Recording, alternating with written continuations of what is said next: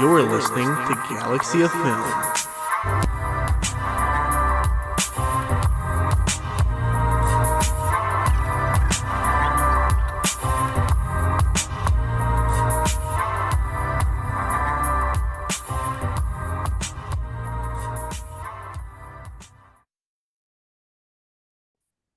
What's up, everybody? Of course, it's me, Max, from Galaxy of Film. We've got Pablo up here from Galaxy of Film as well. What? Um, just kind of want to go ahead and give a brief message for our audience before we begin this episode of the podcast. Danilo, you have some news to share with our audience real quick. This is something we kind of want to address separately, kind of one-on-one with our audience compared to just throwing into the news segment of the regular show. Yeah. That's just kind of weird. But yeah, Danilo, you can go ahead and take the floor, man. Hey, we're businessmen here at Galaxy of Film. But anyway, man, in all seriousness and all, I guess I don't really know what it would be called. All seriousness, sure, let's call it that. Classic jokester here at Galaxy of Film. Unfortunately, not unfortunately, because I'll still be here with Galaxy of Film. But unfortunately, when you see me weekly, man, my tenure has come to an end. And it's starting somewhere new. As you guys know, I go to Michigan State University. I am attending classes. I'm on this path to become a teacher at the moment. And that journey is leading me kind of off the show on a weekly basis. I want to apologize to our listeners as well. You guys kind of saw it in the summertime. And just as hey, we want to give you guys the best content, whatever that may be. It has come to just a mutual agreement that I'm just going to take a step down from co-host every week. It doesn't mean I won't be on the episode. I'm going to come on. I was going to come on for Dune, but, you guys got to start paying your fucking writers. Like, come on, Jesus Christ. So that one got delayed, but, I'll be on for Killers of the Flower Moon. I'll be on for the Ferrari episode. I'll be on for some other episodes here and there throughout the end of the year, Mm-hmm. And going forward as well. But yeah, just for right now, I am taking a step down. I have a lot I'm doing up at East Lansing, a lot of teaching prep to all my teachers who I gave a hard time with. Sorry about that. That is the only apology you'll ever hear from me. So save this audio bit. But yeah, it's been a great time. I truly have loved every single moment of it as the guy who started the LFGs, brought Brandon over, is part of the Michigan division, who met Max just at a whim at, of course, Star Wars Celebration. To me, it's wild. Him and I have been through so much together. This Galaxy of Film has been through so much together, and I have cherished every moment. I hate to quote Andy Bernard, man, but the good days were there. The good days were there, and there will only be better days, obviously, but the good days were there, and I appreciated every single moment. To all you guys who dealt with my personality that I have on here, and who know me in real life, it's almost not the same, but it's two different people.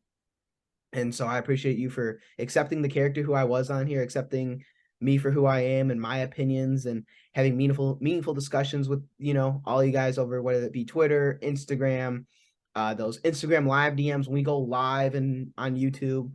I couldn't thank you guys enough, because you guys who are listening, you guys made a little dream that Max and I had into something so much bigger. And to that, I will always be appreciative, no matter where I end up, and no matter where I end up with Galaxy of Film and teaching. I will always thank Galaxy of Film and everyone who has turned in weekly to that episode. Absolutely, man. And just for clarification for our listeners, like you said, Danilo, you're not leaving the brand by any means. Changes are coming. I'm still gonna be here. You're still here. You're stepping back to like a producer role, basically, with the show and whatnot. And for the brand. Still gonna be working on films. Yeah, guys, don't go crying just yet. No. And you will still be here for certain podcast episodes. Kind of like how, Brandon, Tyler, Jake, Dakari, like everyone's still here, just not on a weekly basis. So, definitely some changes are coming with the show. I'm going to be solo hosting it for quite a bit. It looks like, just for kind of getting my feel for it, Yeah. But, you'll still be around, of course. We'll have to see what episodes it'll be, but by all means, this is not a fine guys or whatever, we need to talk, a step down kind of announcement. Yeah. No, not at all. Yeah. Some changes are coming, some more big things are happening of Galaxy of Film. And we can't wait to show you what we have up our sleeve, because it's quite a bit. No, for sure. It's a lot. I don't think when we always say that, man, I feel like no one like really knows, but when they like finally get the message, they're like, oh wow. Oh wow. Well, absolutely, man. Absolutely. But yeah, guys, we just kind of want to take this second to properly announce this and address this episode. So let's not waste any more time. Let's kind of go into the episode. We got a very special guest star to talk the Simpsons movie. But thank you all so much for 141 episodes of how this has been. So thank you guys so much. And we come here to cry. It's been a blast, guys. All right, and welcome back to the brand new episode of Galaxy of Film. I'm, of course, your host, Max, and I'm joined with my slightly shorter co-host, Danilo. How are you doing, man? Dude, I'm doing good, man. Doing good. Bit of a grind this week. School started again. Not too fun, but what are you going to do, Can't be partying all the time. Definitely understand that, man. Definitely understand that. So what's been, obviously we kind of just had a disclaimer at the start of this episode. This is I wouldn't call it an end of an era by any means, but definitely a big change coming forth the Galaxy of Film. You leaving as co-host of this episode. But yeah, man, what else has been going on in your life lately? Because you weren't here last week when we talked Dragon Ball. So we need to catch up with you. Yeah, a lot of teaching and a lot of work. I'm at MSU still, pursuing that teaching degree. And a lot of hours build up with that teaching degree. I did not know that, but a lot of hours build up with that teaching degree. And now I'm in a classroom. I was telling you guys before we started that I'm in a class with like 30 kids and everything. And I see those kids about 10 hours a week. Like my classmates, I see 10 hours a week, not kids who I'm tutoring, just the kids in class, which is wild to me. Like I never would have guessed that. I thought, I would just be going to class, tutoring, here and there, but it's a lot of hours. It builds up. I also still do the part-time job, so I can pay rent and everything. So that's always not fun, but just something you have to do. So yeah, just a lot of things are going on at the moment, but other than that, hanging in there. Got tickets to go see Travis Scott at Little Caesars today. Was on my nice phone. Yeah, I know, I was happy about that. I didn't have to pay some insane retail markup or whatever. No thanks. Very nice. But yeah, still happy about that. That's in Detroit, isn't it? Little Caesars. Yeah. Home nice, man.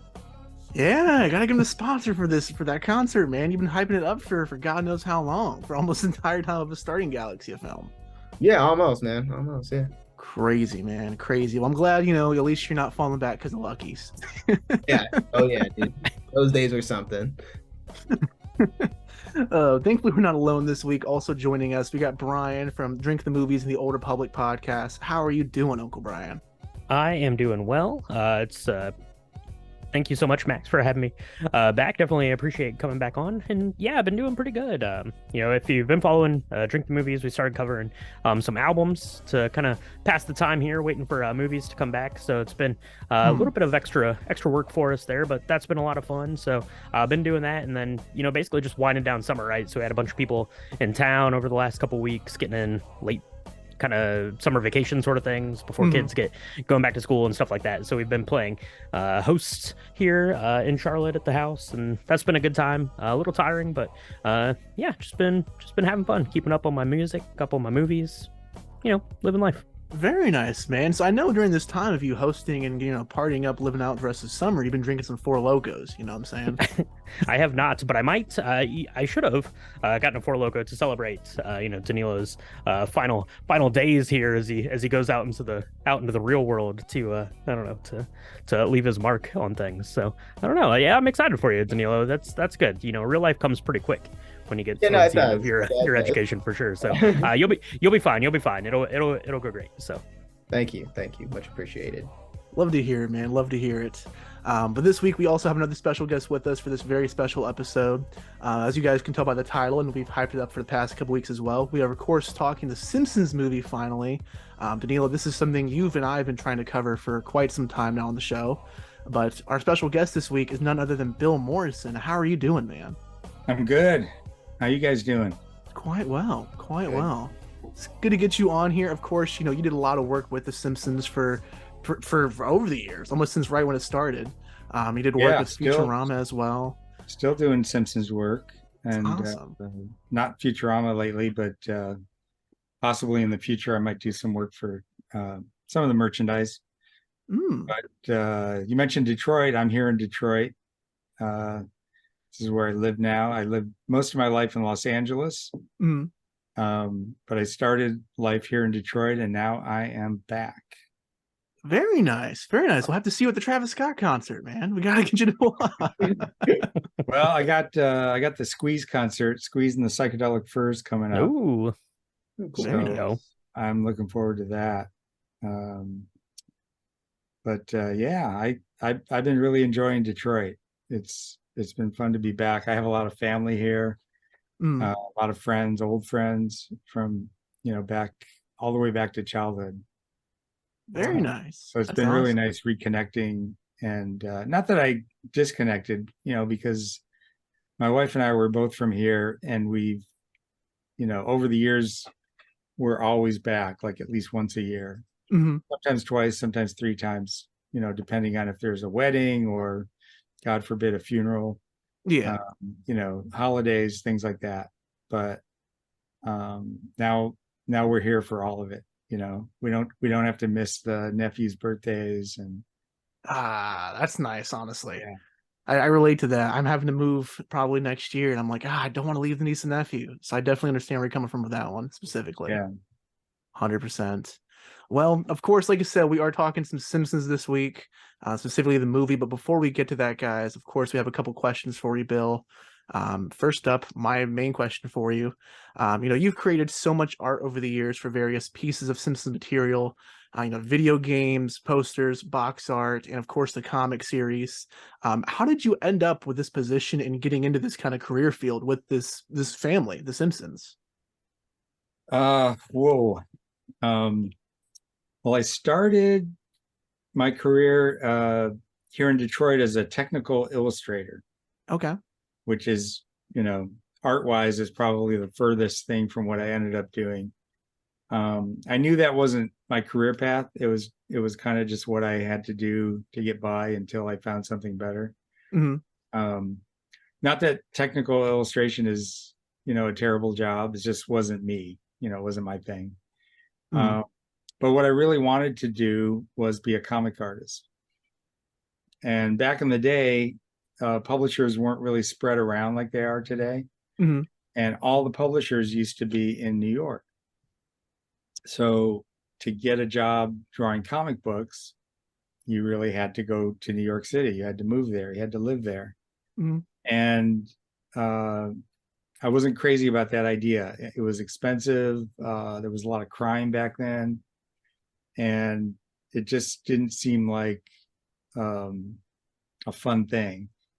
And about halfway through my years at art school, which I spent at the Center for Creative Studies in Detroit, which is now the College for Creative Studies, I about halfway through, I'd been there about 2 years. I had a teacher who was an illustration teacher, and he was my airbrush instructor. And I hated airbrush up to that point. I didn't want to have anything to do with it. But this guy kind of turned me on to this California airbrush look. And I decided maybe this is for me. I kind of did well at it and started building my portfolio more in the direction more away from comics and toward this kind of California slick stylized airbrush look. So once I got out of art school, that's where I headed. After about 2 years, I worked doing the technical stuff. I got married. And then after the first year of marriage, I went out to California on a vacation, and I just showed my portfolio around. So I ended up getting a job at an ad agency that catered to the movie industry. And that is where I met Matt Groening. So I was doing movie poster art.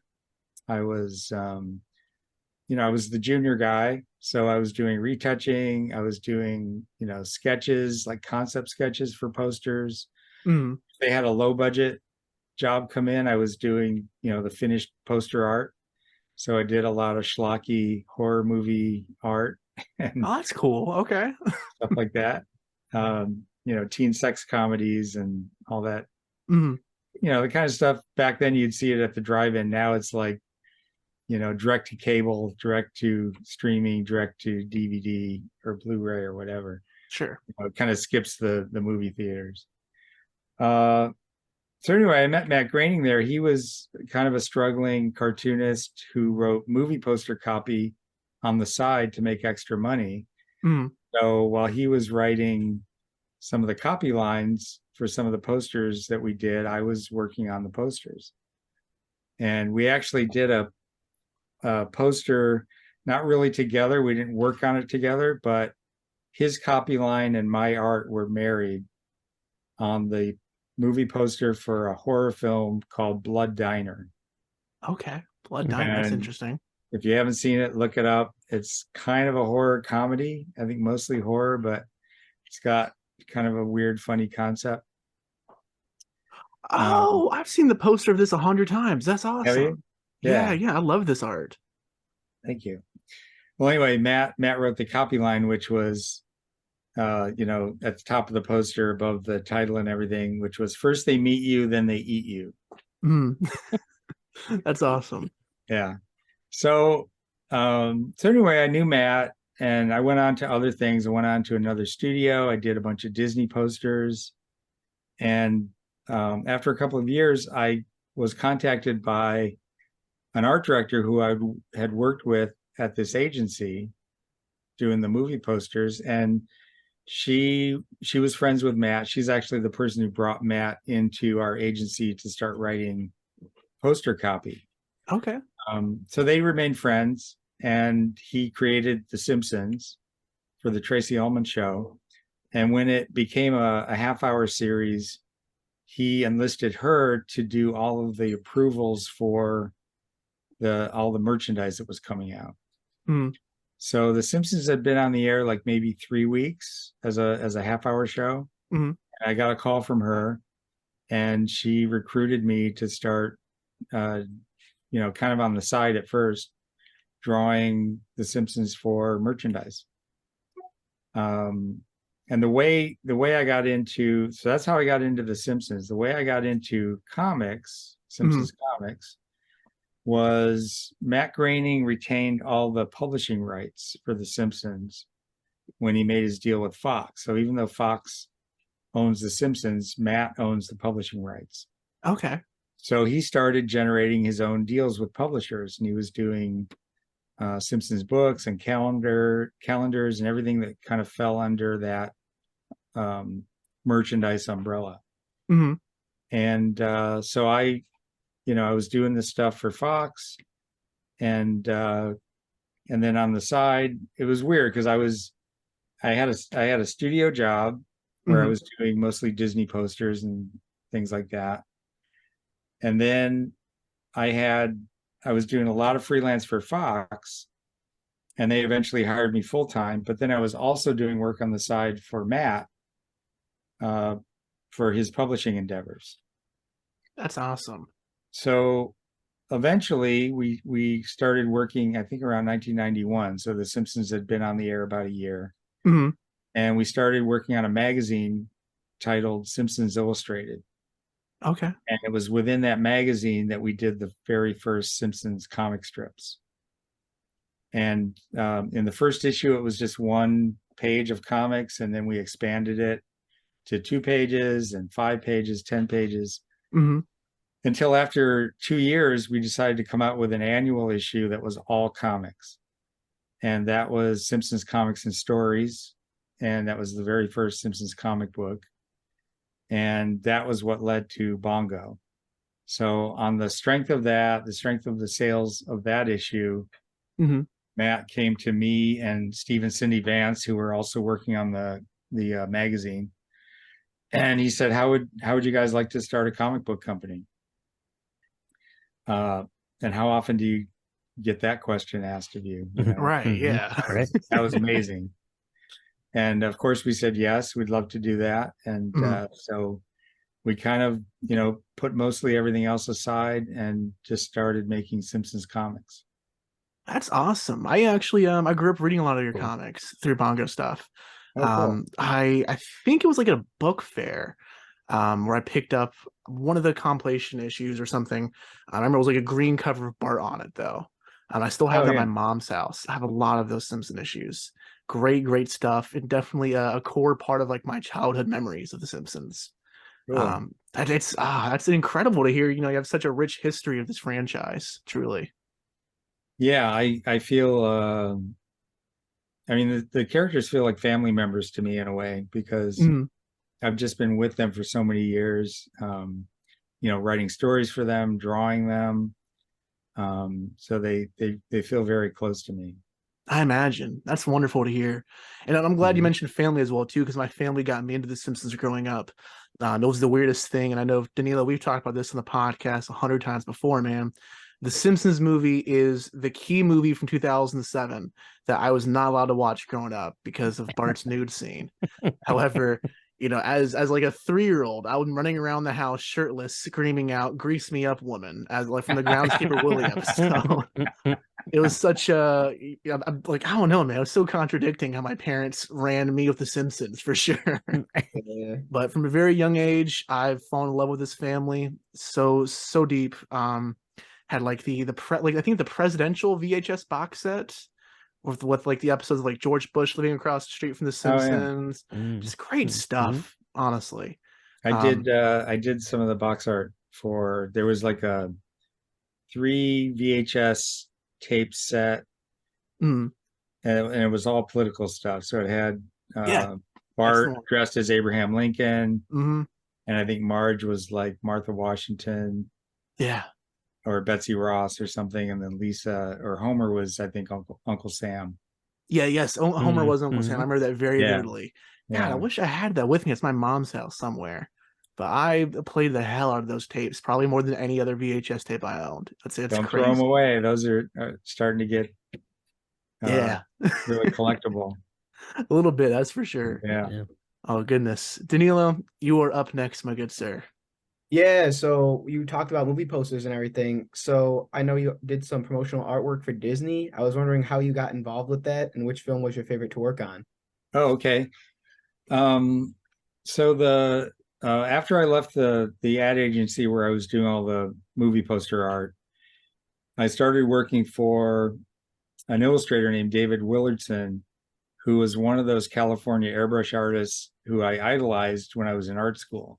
Mm, And I met him, and he saw some of my work and liked it, and so he offered me a job in his studio. So I went from an agency to an illustration studio. So it was just me and Dave and Calvin Patton, who was another illustrator, a little bit older than me and a little bit more experienced. So I was kind of like the young guy.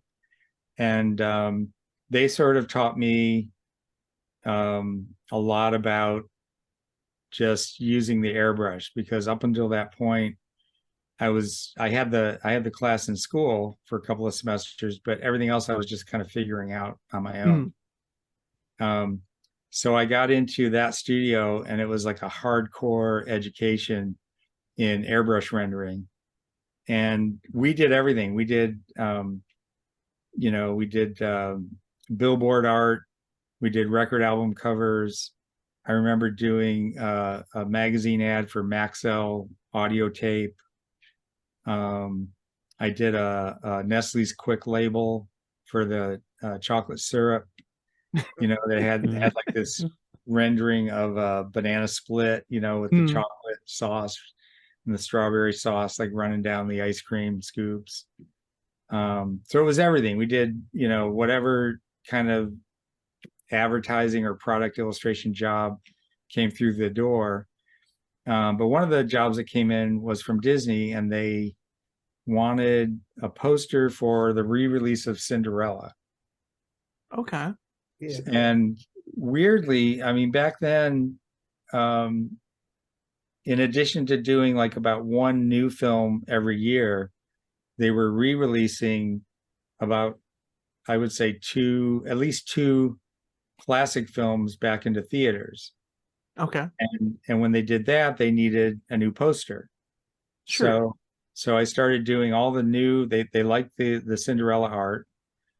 Did two posters for Cinderella. One was a teaser, and the other was like a, I guess you'd call it like the main poster, because it had all the characters on it.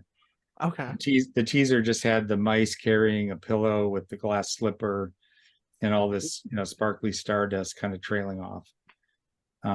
So it was more of a symbolic, simplified poster. And then, I did the main one. Disney liked both of them. So from that point on, they started giving our studio all of their poster work for the animated stuff. So I did Peter Pan and The Jungle Book, Lady and the Tramp, Bambi. That's awesome. I would say my favorite one was probably The Prince and the Pauper, which was a new Mickey Mouse. They called it a featurette. Okay. It wasn't a short. It wasn't like a 7-minute short, and it wasn't a full-length film. It was about 20 minutes long, and they showed it ahead of another live action film. Yeah. So I did the poster for that, and that, of course, featured Mickey Mouse, and had Donald Duck, Goofy, Pluto, Pete. So, I mean, those characters were a huge part of my childhood.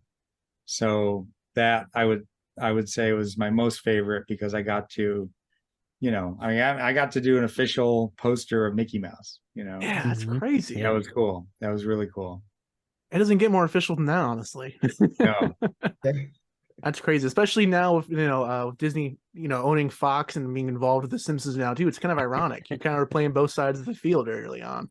Yeah, it's my love for Marvel Comics as a kid, my love for Disney, Star Wars.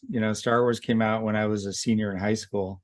Oh wow! And my wife, who was my girlfriend at the time, skipped school on opening day, and it was showing at one theater in Detroit, like way up on the north side. So it was a hike. It was a hike from where we lived. And we skipped class and we drove up there and saw it on day one. Oh, that's awesome. So I wouldn't say, Star Wars was a big part of my childhood like it would be with you guys, but it was a big part of my teenage years, definitely. That's incredible. That's incredible. Very cool. You see, Danilo, everything just kind of wraps back around to Star Wars, man. We just I can't know escape it. I know it. Brian, you are up next, man.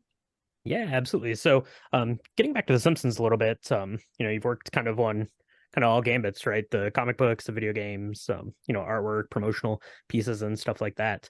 Are there any particular pieces of Simpsons art that you've done that you're especially proud of, or was there any kind of mediums that you really enjoyed working in more than the others? Well, I think I'm most proud of the comic books. Because, like I said, growing up, I wanted to be a comic book artist.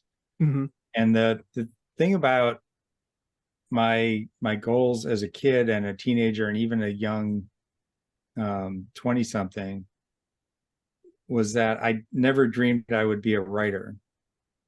And I didn't really have any ambitions in that direction.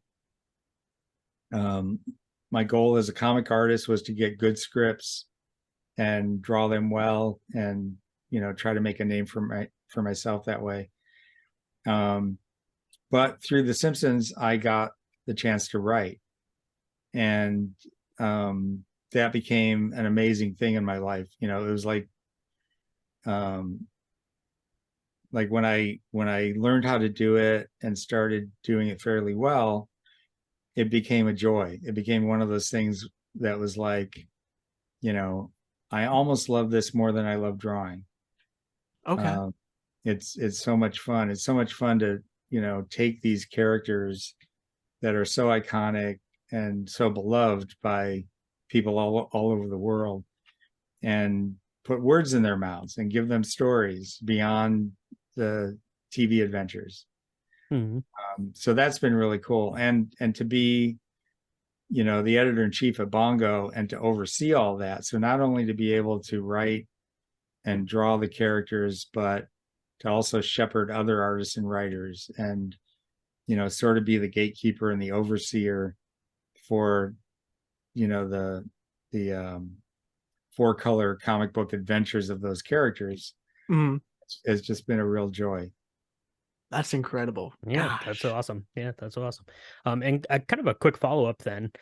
So you were doing, kind of the film posters and the comic books and this other stuff. How, do you have to change your mindset a lot when you go from doing a comic book to doing, say, a movie poster? Because I would imagine, not being an artist myself, but kind of kind of the way you think about the design of those things are very different, maybe Yeah. not. They are different, although there is a kind of a crossover. When you're doing a comic story, your goal is to tell the story. I mean, if somebody else wrote it or if you wrote it, either way, your goal is to communicate the story in the most clear way that you can. So clarity is really key, but also you don't want it to be boring. So you have to be innovative, and you have to, sort of pick interesting shots and camera angles.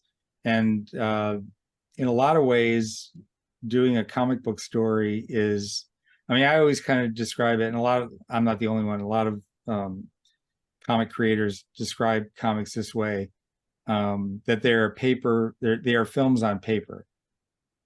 I mean, they don't have some of the things that film has. They don't have sound, although they have sound effects and they have word balloons. So a lot of the stuff that you would hear in a film happens in the reader's head, and you have to make sure that happens. So you gotta design the dialogue and the sound effects, and just kind of create those things that don't really exist physically or audibly. You have to create that in the reader's head. And also, I mean, if you're a comic book artist, you can basically be all the jobs. You can basically have all the jobs that exist in filmmaking, pretty much, because you're the director, you're the actor. When you're, drawing the characters, you're, drawing their gestures and their poses, so you're making them act. You're the costume designer, you're the set decorator, the location scout. When you go to lunch, you're the caterer. So all these jobs that exist in film, as a comic creator, you have to do all of those things as one person. I mean, not all the time. Sometimes the jobs are divvied up. You have, most of the Marvel and DC and, kind of the mainstream superhero books are done in sort of an assembly line fashion. But you look at a lot of the indie comics, and you look at the credits, and it's one person, maybe two people. Yeah. Doing all of that and creating, like I said, a film on paper. So the area where I think there's crossover with posters is the cover, because I always tell people the cover of a comic is like the movie poster for the film inside. So it's basically, you have to design it to get people's attention, to make them pick up that comic and want to read it. Well, first of all, want to buy it, and then want to read it. And that's what a movie poster does. It gets asses in the seats. It gets people to go, oh, I think I want to see that. Comic book covers do the same thing. Oh, I think I want to buy that and read it. Oh, awesome. Yeah, I love that. I never like put kind of those two things together, but yeah, the comic book cover is exactly like a movie poster. So yeah, it's wonderful to hear, man. A lot of love goes into this. I'm very happy that you're so passionate about this too. Of course, that's wonderful to hear. Yeah, Goodness. I mean, sometimes I still kind of pinch myself, because growing up reading comics and loving comics, collecting comics, which I still do to this day. I just marvel at the fact that I'm a part of this industry, that I get to do this as a job. I wish I did it more often, because my career has been such that, even when I was at Bongo, I was never like the regular artist on a book. Except for maybe the first year, like I, the first 6 issues of Radioactive Man, the original miniseries, I drew all those issues. That's awesome. With Steve Vance, I should add. Steve was the writer, and he would do layouts, and then I would follow his layouts, and then tighten everything up and then ink it. So I was a regular artist on that. I was the regular artist on The Simpsons for about the first year. But then after the first year, I became the editor. And then from that point on, I could never be, like the regular artist anymore, because I was always doing fill-ins or, only doing covers, maybe writing an occasional story, drawing a short story if I had time, but mostly overseeing other people. And that kind of set the tone for my career, where I'm always juggling something. I'm either doing an illustration, I'm writing a comic but not drawing it, I'm drawing a comic but not writing it. I'm working in animation, doing character design. Now I'm teaching. I'm teaching at my alma mater. Oh, very nice. Yes, yeah. So I teach there a couple of days a week, and so that's why I say I wish I did it more, because I juggle a lot of different things, just to just to keep my career going. It's not just one thing. First of all, I have to admit, I'm not fast enough to be a regular writer on a comic. I mean, I look at some of these guys and girls, ladies, I should say, who work on monthly books, and sometimes more than one. I mean, look at Jack Kirby. He was doing like 3-4 books a month. Yeah. And there are other artists who, are that fast and can do that.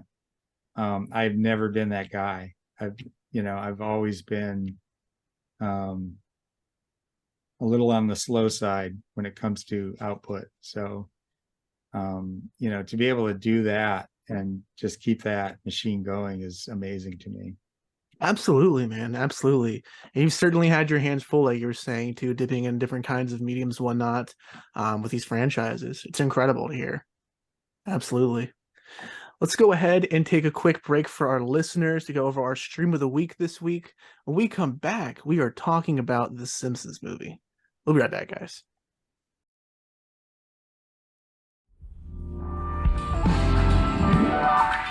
Oh, hi, Mark.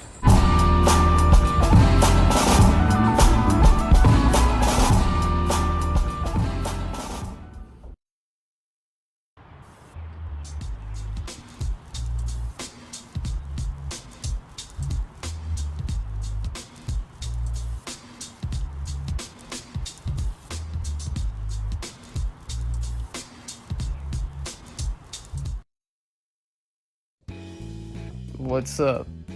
I'm Tyler Jansen, and on Stream of the Week for you today, I got Metallica, Through the Never.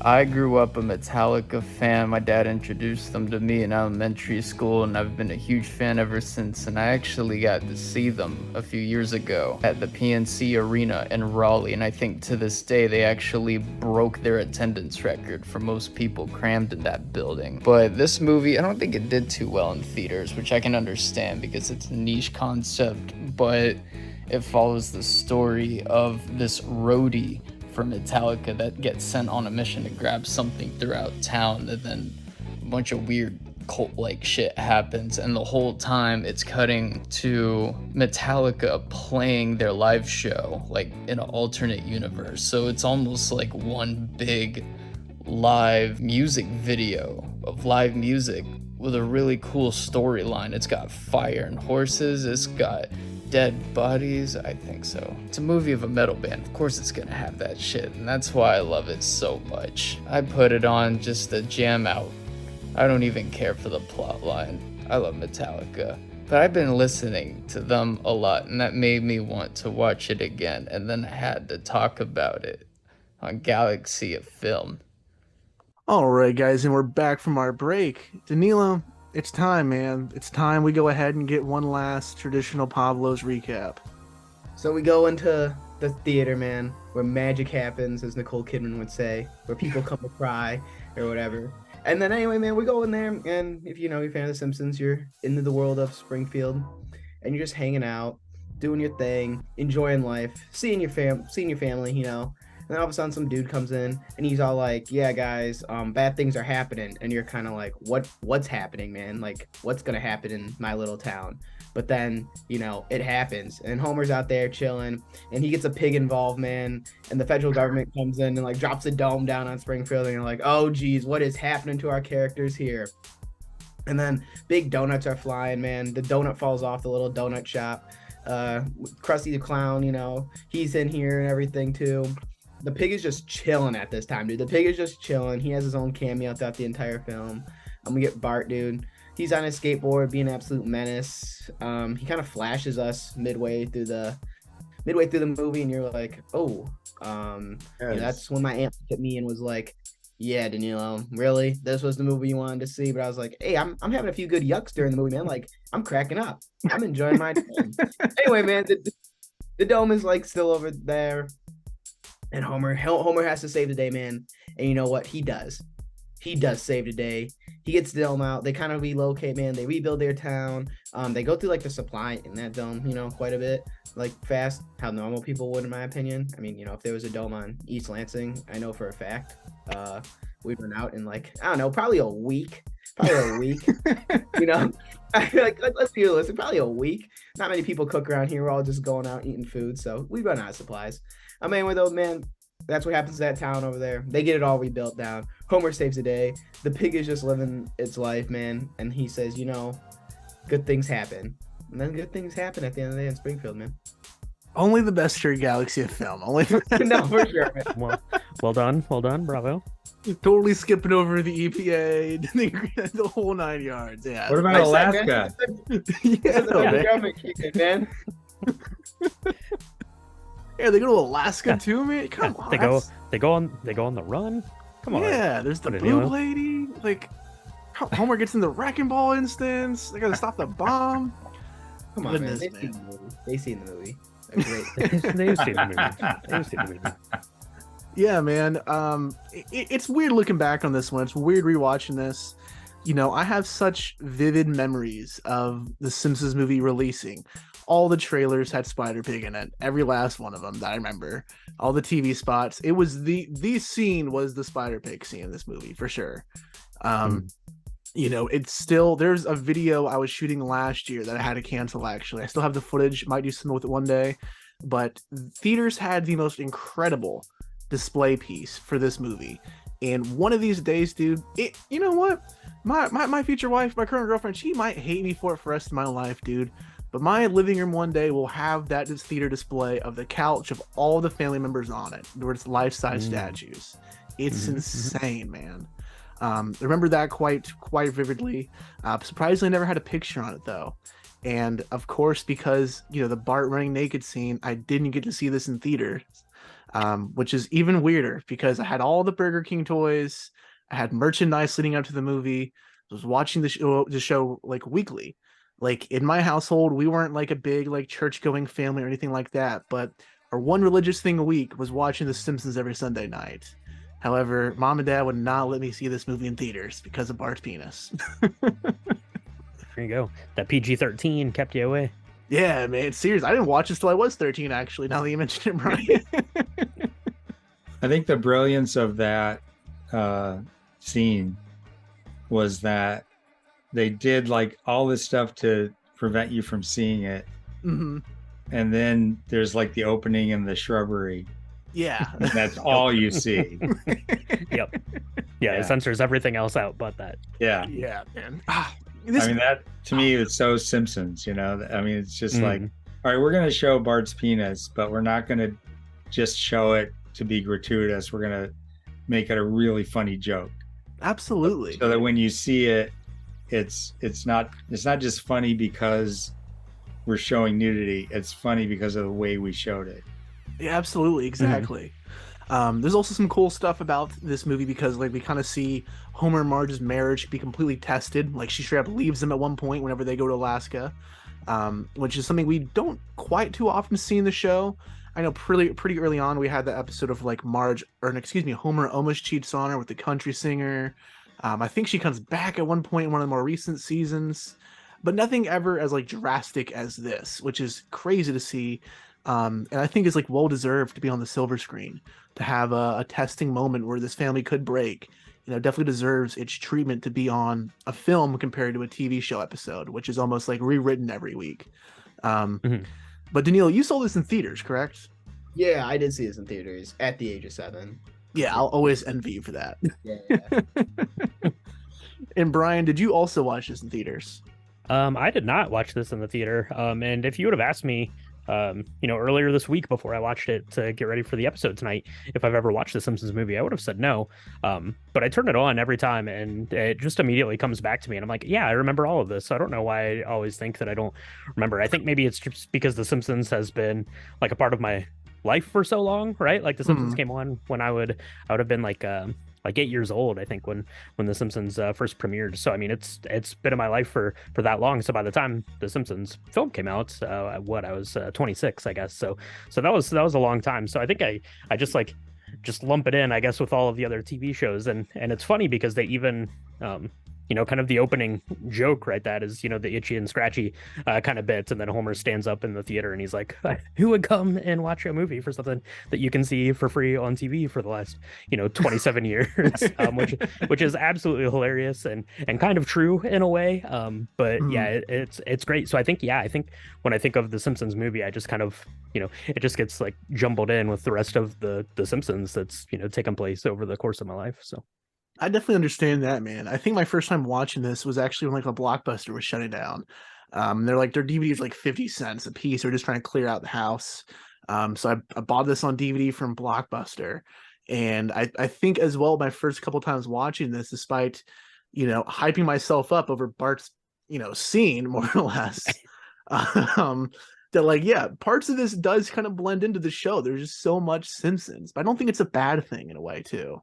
It just kind of enhances my viewing experience whenever I do rewatch this, because it is kind of like a nice, almost like a comfort movie, I'd say. I just think of my childhood in a weird way, or my teenage years whenever I watch the Simpsons movie. So yeah, man, good stuff though, good stuff. And Bill, obviously, you're working with Simpsons, you're involved with some of this project as well too. When was the first time you watched a finished cut of this movie? I actually got to see it on the Fox lot. Oh. We had employee screenings, and so everybody at Bongo got invited, and they had them all day long. I think it was maybe a couple of days before it opened into theaters.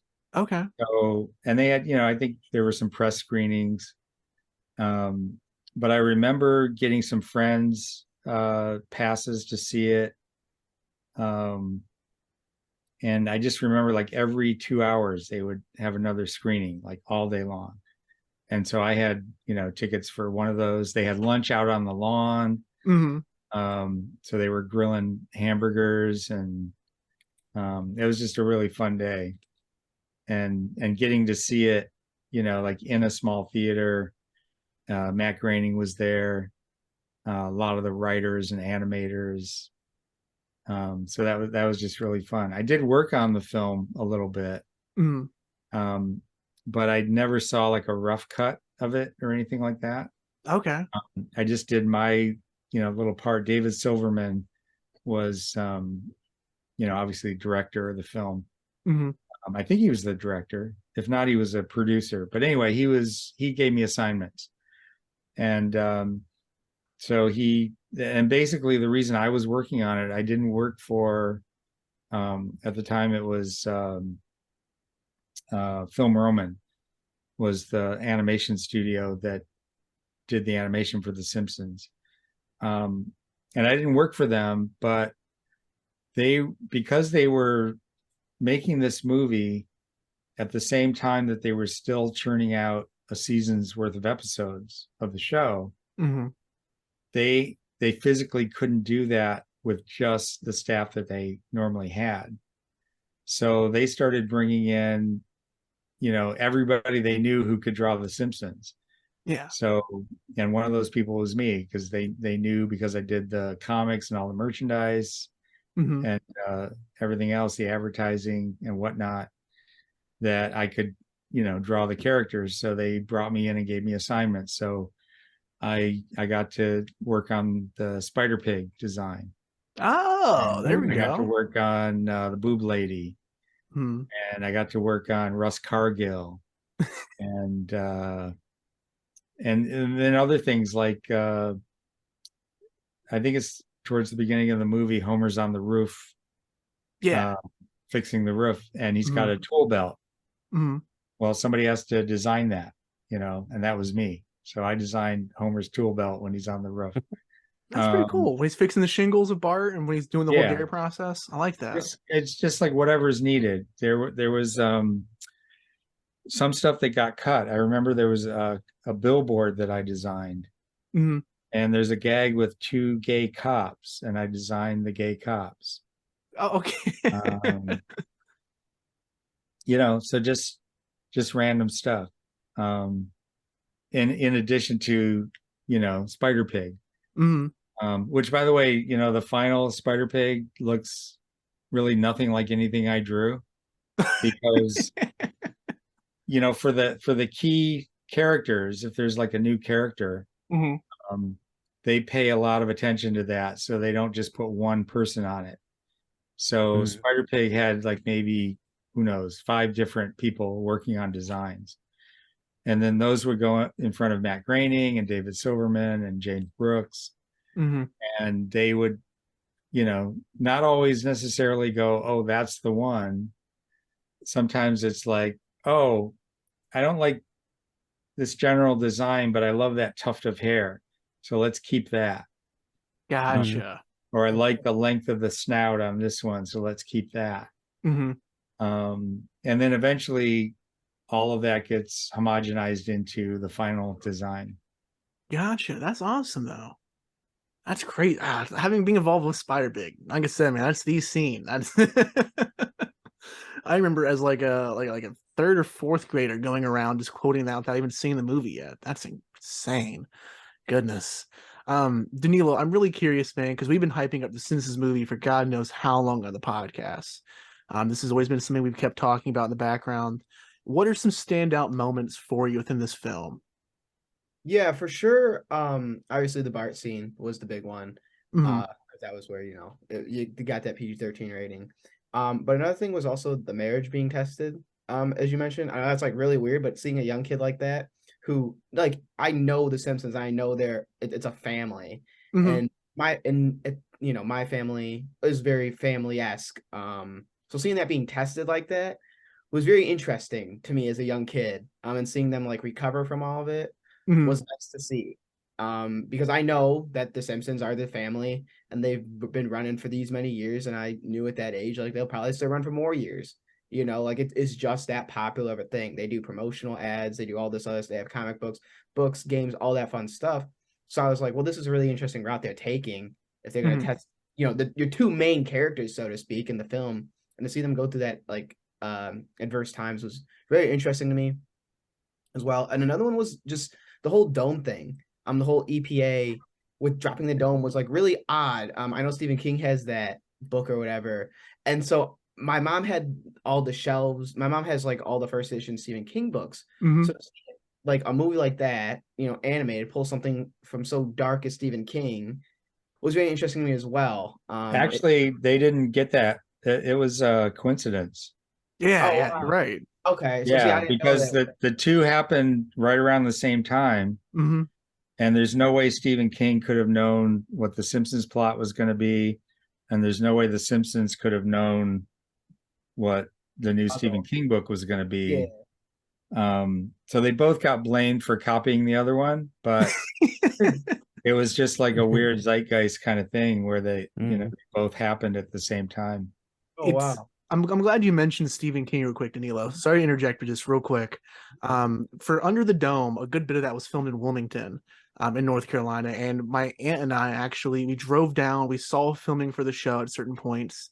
But we kind of like lucked out and more or less snuck into the premiere for Under the Dome in Wilmington. Like Stephen King was there. We almost wrecked into his Rolls Royce on the highway. It was a weird story.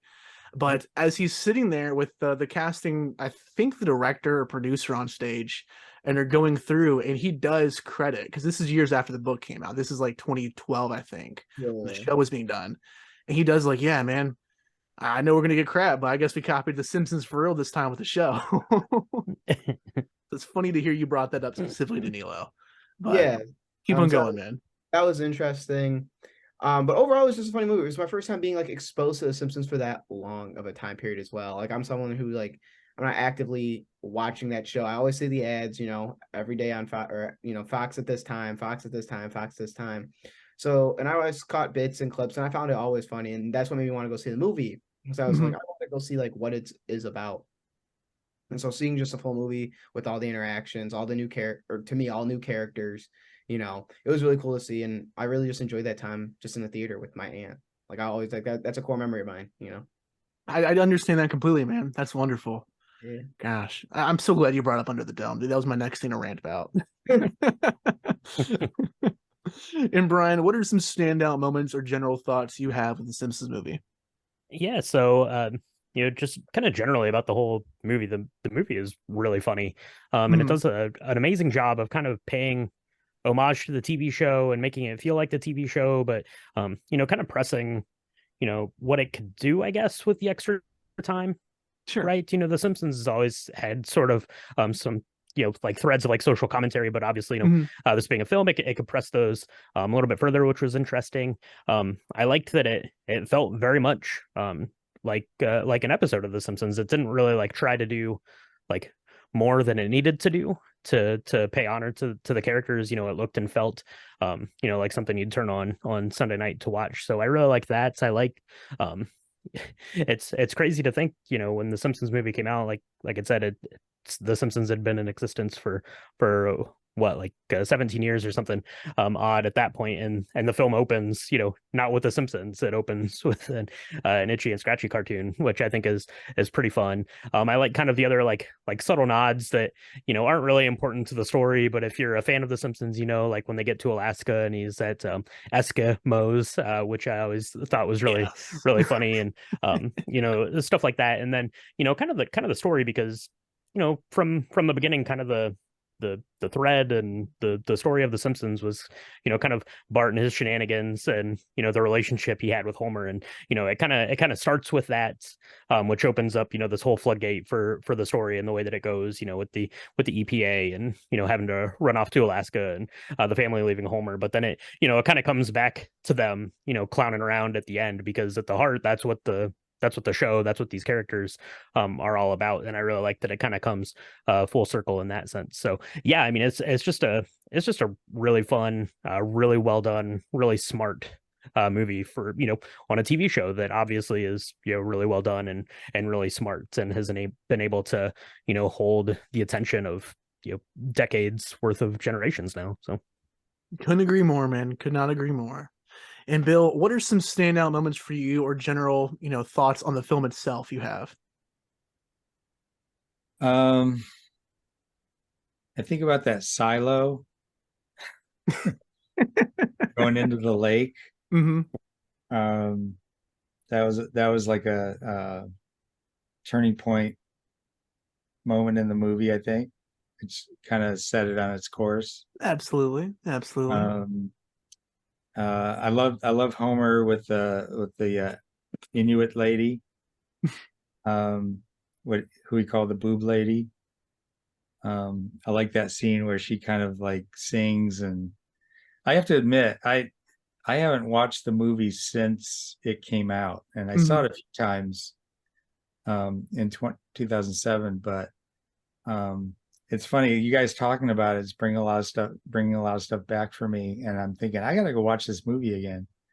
But I love Spider Pig. I love the scene where Homer's got him on the ceiling and he's singing the Spider Pig song. I don't know, just in general, I love that they did they made it worthy of being on the big screen. Yeah. They took the concept of a show that's a half-hour show, and obviously something they do very well week after week, but then they had the task of, how do we make this worth 90 minutes or however long it is, but over an hour? How do we put something on the screen for well over an hour, and that really should just be a half hour? How do we make how do we make this thing that should only be 22 minutes? How do we turn it into, almost 90 minutes and make it still the same? It's still The Simpsons, but it's bigger, and I think they were just hugely successful at that. And that might seem like it would be an easy thing to do, but it's not. It's hard. And that's why they haven't done a sequel. Because well, two reasons. One, you got to come up with a really good idea. Yeah. You can't just have the Simpsons go to Hawaii, because they do that. They do that in the show. Simpsons go to Japan. You can't just have one little thing that shakes up the family, or and puts them in a different setting, because they do that on the show in 22 minutes. So it's got to be a big story, and bringing in the EPA and the dome, and them having to escape to Alaska, and and ultimately bringing it around to where Homer goes from being, basically run out of town with, an angry mob with torches, to being the hero. Wonderful, man. Yeah, so that's really hard to do. The other thing I want to mention is there's a 2-part episode that I think aired last year, and it was called A Serious Flanders. And it was 2 parts, so I guess about a 45-minute story, and it sort of tread into Treehouse of Horror territory, because characters die in it who aren't dead on the show. So it's out of continuity. So it's a little bit like a Treehouse of Horror story, but it's a straight up crime drama and a mystery. And I got to do a poster for the film, for the 2-parter. And it's kind of a parody of Fargo, the Fargo TV series. So it has elements of that in the poster. But Matt Selman, who's one of the main writers on the show, it was his episode, and he wanted to have a poster for it, like they do for the Treehouse of Horror every year. So he found a budget, and he hired me, and he said, "Can you do, a poster for this 2-parter like it was a movie poster?" And they sent me a link so I could screen the 2 episodes while I was working on it. And I wrote back to Matt, and I said, "Okay, if you guys ever stop doing the show, if the show ever gets canceled, and you find yourself in a position where you're doing Simpsons movies instead of TV shows, so every couple of years you come out with a Simpsons movie, I think this is the model for it." Because this is such a good 2-part episode. It was, yeah. And it could have been a movie. They could have expanded that into an hour and a half easily, I think. And I said, you could, this kind of proves that The Simpsons could just, even if it runs its course as a half-hour sitcom, it could live on forever, doing parodies and send-ups of different genres, not just horror, but science fiction, crime, romance, whatever genres exist in film, you can do that with The Simpsons, and it can sustain an hour and a half and keep people interested in the theater. Absolutely, man. I had a chance to watch that a couple weeks ago, actually. It's funny you mention it. That whole season is incredibly solid, for sure. And that 2-part episode, it does feel like a movie completely. 100% does. It's just truly missing, having more or less an extra half hour to have that full runtime. But if you're just watching it in one go, it does feel like a cohesive, solid film, more or less.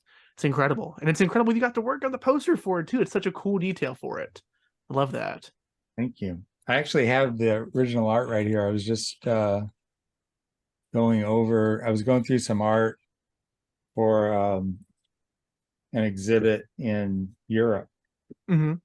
And this is one of the pieces Ah, that I pulled to potentially be in the exhibit. that's That's awesome. That awesome. is sick. That's really cool. That is so That's neat, really man. cool. Goodness.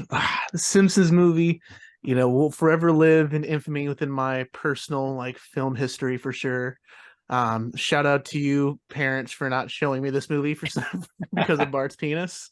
Did your parents ever come around when it comes to The Simpsons? The Simpsons fully, yeah. We watch the show religiously every Sunday night. Yeah. My parents encouraged me to quote The Simpsons. They love the grease me up Willie. Matter of fact, I don't even unprepared. It's somewhere on one of my shelves. I have an iron-on patch of Willie doing that actually.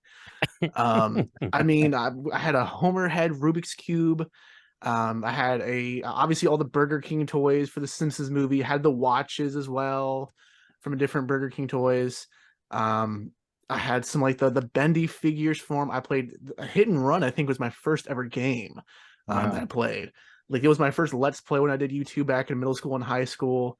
The Simpsons has been very much a core staple within my like life as far as television goes, if not the like biggest show for me for sure. It's been such an honor to have a chance to this episode with you, Bill. Truly, I appreciate you coming on for this. Well, thanks, great. guys. Yeah, Of course, man. Been fun walking down memory lane. Only the best here at Galaxy of Film. And Danilo, I think it's gonna wrap it up for this week, man. I think it does wrap it up for this weekend, man. But before we wrap it up, go down to your little local Caesars, man. Get that pizza, turn this on, and have a good time. Absolutely, man. Absolutely. Don't even worry about Chili's this week. Just focus on Little Caesars. We're gonna get that Michigan love this week. That's awesome, man. Brian, thank you for coming on again, like always, my man. It's always great having you on here. You've been here for forever. You're going to keep coming on. We know it, man. We're just going to keep sucking you in every week. That's right. Yeah. Hopefully I get to keep coming back because coming on these are always a fun time. And I was really excited when you asked me to come on to talk about The Simpsons. Like I said, I mean, The Simpsons, came out in like the prime time of my childhood. So, I remember, rocking that Bart Simpson on the surfboard, I Carumba t-shirt, back in the 90s for sure. So it was awesome to kind of go back and revisit that stuff and to think about it and where it fit into my life, all this stuff. So thank you so much for having me. Bill, thank you so much for coming on and joining us. It's been a pleasure talking to you, getting to learn more about your career and stuff and work, on this franchise. It's so important to, to us, but to, literally billions of people around the world. That's amazing. So, so thank you to you. And thanks for having me on. I definitely appreciate it. Of course, man. And where can our listeners find you and your podcast, bro? Yeah, so if you want to listen to me talk some more, you can do that on my podcast I got going, Drink the Movies, which is taking a movie hiatus for the moment. We're doing albums, but check that out. It's Drink the Movies. We do a cocktail and a movie or an album. And then I have a Star Wars-centric podcast, the Old Republic podcast, so you can check those out wherever you're listening to those. Like, subscribe, 5 stars, all that same stuff you do here. Awesome, man. Awesome. Brian, I'm waiting for you to cover Playboy Cardi, man. When you cover that one with your cocktail, man, that's the one I'm looking for. It's going to be a 10-parter when we get to that one for sure. We'll have to compare notes once you go and see your concerts there in Detroit City at the Little Caesars Arena. Check out a Red Wings game. Go see your concert. We'll chat some music, some tunes. I don't know who's Playboy Cardi. I don't know. I'll figure it out. We'll talk about it. Only the best here at Galaxy of Film. I wasn't going to admit that I didn't know you were there. Hey, you're not missing much, Bill. It's okay. No, I actually hear a lot of names, because I'm still connected, but largely disinterested in a lot of things. So I'll recognize a name and I'll be like, I think that's a musician, but it might be a food product. I'm not sure. Oh my gosh. Oh, Bill, it's like I said, it's been such an honor having you on here to talk about this beloved family. A family to me that is also like my family. I've grown up with them my entire life. So thank you for coming on here, man. It's been an absolute honor. Where can our listeners find you and your work? I'm on Facebook, the name of my studio is Atomic Battery Studios. So you can find me at Bill Morrison Atomic Battery Studios or on Instagram at Atomic Battery. Very nice, man. Very nice. And for our listeners, link down below as well for all of our social media platforms, of course, included. And also, man, I'm going to go ahead and do a little shameless plug. Link down below for my original Let's Play of The Simpsons Hit and Run. Why not, man? I was like 11 when I recorded that. Pretty terrible, pretty prepubescent, but you know what? It's a good time. Oh, man. But Danilo, you know, this is it, man. This is your last episode as co-host. It's weird that we're here now, 141 episodes deep into this series. You know, it's been an incredible journey to have you alongside here. Of course, you're not leaving Galaxy of Film. You're still very much involved, and you'll be on the podcast again, of course. But I couldn't thank you enough for being an incredible co-host for almost 3 full years, man. May I ask a question? Yeah. So why is it that it says Danilo Judd in your screen, but it says Galaxy of Film in Danilo's screen? I'm just using his account. He's using my account because Zoom I get Zoom through a school, and school can record for as long as you want. But if you don't have a school account with Zoom, my knowledge was you can only record for 45 minutes. And since I go to MSU, I gave him the account information. That's a very good answer. Thank you. Yeah, that's what MSU gets for denying our T-shirt, man. Yeah. Oh, that is like for denying T-shirt. Yeah. And anyone who's listening from the MSU administration, forget that was even brought up. Yeah. You didn't hear nothing. Oh, goodness. But yeah, Danilo, thank you so much for being on here for almost 3 years, man. I can't wait to see where this rest of this journey takes us for Galaxy of Film. Like I said, rest assured for our listeners and our audience, Danilo's not going anywhere. He's just not here weekly. But, you know, still got a lot to come, man. Still got a lot to come. We for sure do, man. It has been a blast for 3 years, man. Who knew when we met seeing Anakin Skywalker that it would turn into this all those years ago? That was almost 4 years ago, I think. Oh, my God. That was 4 years ago we met for the first time, yeah. That's crazy. But yeah.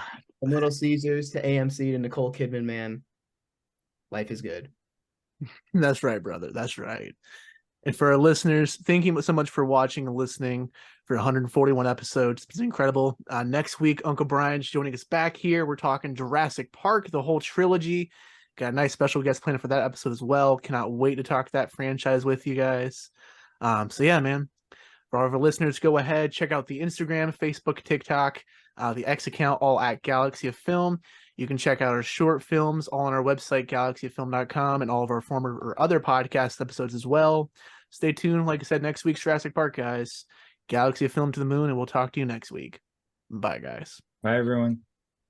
Everyone. Huh? Ay, caramba. All right. Is that good, man?